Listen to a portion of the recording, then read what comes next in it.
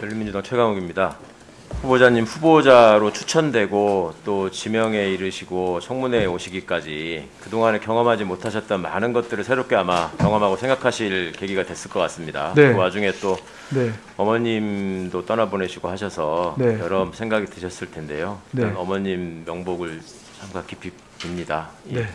힘든 시간들 잘 이겨내시고 네. 또 앞으로도 힘든 일이 많을 것 같습니다. 네. 잘 아시는 것처럼 새로운 조직이 출범하게 되면 굉장히 챙겨야 할 일이 많지 않습니까? 네. 우리가 헌법재판소 역사 같은 걸 보더라도 맨 처음에 네.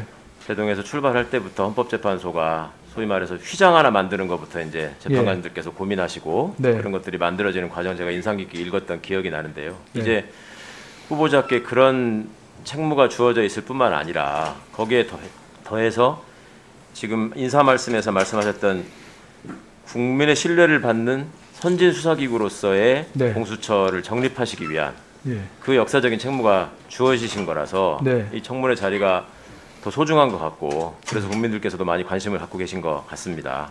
예. 그런 점은 뭐 너무나 잘 알고 계실 거라고 생각하고요. 일단 저는 이 공수처라는 게 우리 사회에서 어떤 관점에서 왜 논의가 시작됐는지 후보자께서 정확하게 알고 계시는지가 궁금합니다. 이게 왜 시작된 거였습니까? 논의가. 제가 알기에는 이제 1996년에 이제 참여연대 입법청원으로 시작됐다고 알고 있습니다. 반부패에 대한 부패법 제정을 부패 방지법 제정을 위한 그렇죠. 그때 이제 부패행위 근절을 위해서 독립된 수사기가 필요하다. 네. 거기서 들고 있는 부패행위라는 것이 무엇이었습니까? 주로 대통령 측근, 친인척, 또 권력자들 이런 사람들의 비리에 대해서 검찰이 그간에 결탁하고 공생하고 거래를 해왔기 때문에 제대로 수사를 하지 않더라. 그것이 정부가 반복될 때마다 정권이 교체될 때마다 계속 일어났던 현상이었고 그 과정에서 검찰이 특정한 패턴을 보이지 않았습니까?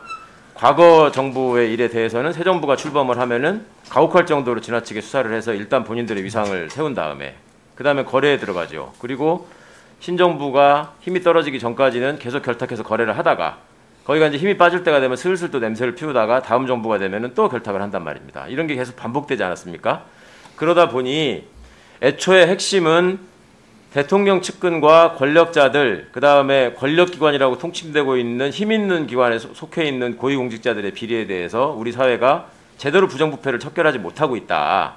이런 국민적인 관심에서 시작이 된 거잖아요. 네. 그래서 스크린 한번 보시면 우리 역대 대선에서 계속 16대 대선 노무현 이회창 후보가 출마하셨을 때부터 이번 19대 대선에 이르기까지 거의 모든 후보가 다 독립된 권력비리 조사를 위한 특별한 수사기관 이걸 요구하셨고 다음 이게 단순히 대선뿐만이 아니라 과거 여당이었던 새누리당의 여러 주요한 정치인들께서 어느 자리에 있을 때마다 계속 말씀해 오셨고 다음 현재 지도부를 구성하고 계신 분들도 전 세계에서 우리나라처럼 검찰권이 비대한 곳이 없다. 공수처 이야기가 수년째 논의되는데 이번 기회에 정비될 것이라고 본다. 이런 소신을 분명하게 밝히셨습니다.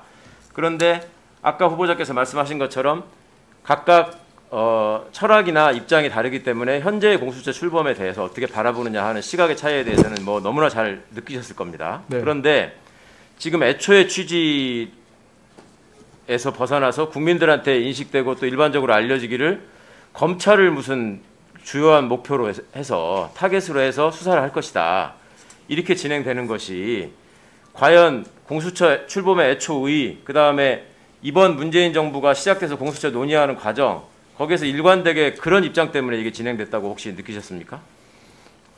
그거는 아닌 것 같습니다. 그러면 후보자께서 지금 말씀하신 것처럼 모범적인 뭔가 수사공사기관으로서 자리를 잡겠다라고 네. 지금 말씀을 드렸는데 그러면 모범적이지 못했던 기존의 수사기관이 보이고 있던 여러 가지 행태 중에 후보자께서 가장 심각하게 바라보셨던 시민으로서 가장 심각하게 바라보셨던 문제는 뭐였습니까? 수사하시는 분들이 수사해서 이제 꼭 이제 결론을 내겠다고 기소를 하겠다고 생각을 하시고 이제 수사를 하시다 보니까 좀 수사 방법도 무리했던 것 같고요.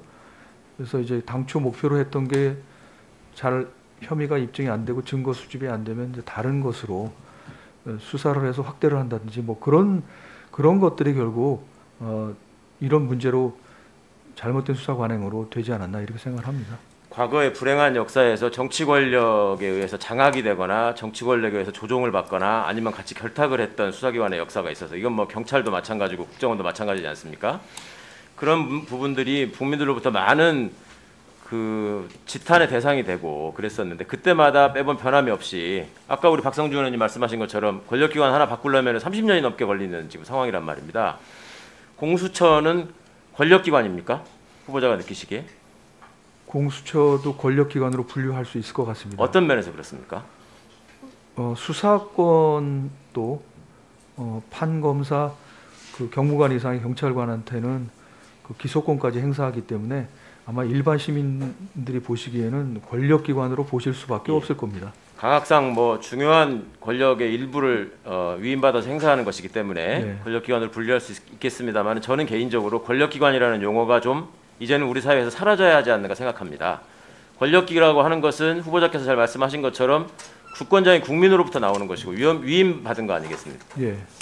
그런데 그 권력이라는 의미가 국민을 제약하고 옥죄고 군림하는 수단으로 사용해왔고 그 다음에 자신들의 치부를 어떻게든 감추고 호도하는 수단으로 사용해왔기 때문에 권력기관이라는 말 자체에 담겨있는 그 음습한 느낌, 그림자 이런 것들이 좀 사라졌으면 좋겠습니다. 그래서 후보자께서 말씀하신 것처럼 기본권을 지키는 것이 이 그러니까 국가기관의 1차적인 임무다. 예. 그리고 애초에 법치주의가 태동돼서 마그나카르타를 통해서 시작됐던 이유가 결국 국민의 기본권을 보장해라. 제왕 마음대로 하지 말아라. 네. 국민의 어떤 재산권이나 이런 거를 박탈할 때 법에 근거해서 하지 말아라. 예. 이런 거 아니겠습니까? 네. 그렇다면 원래의 권력기관의 의미라고 하는 것은 권력을 제약하고 권력의 무분별한 행사를 제약하고 국민을 보호하라는 의미 아니겠습니까? 네. 그렇게 국민을 보호하는 기관으로서 또 헌법을 연구하신 후보자의 경험이 앞으로 더 많이 발전하고 녹여지기를 바랍니다. 예. 그렇게 노력하겠습니다. 네, 최강욱 의원님 수고하셨습니다. 다음은 존경.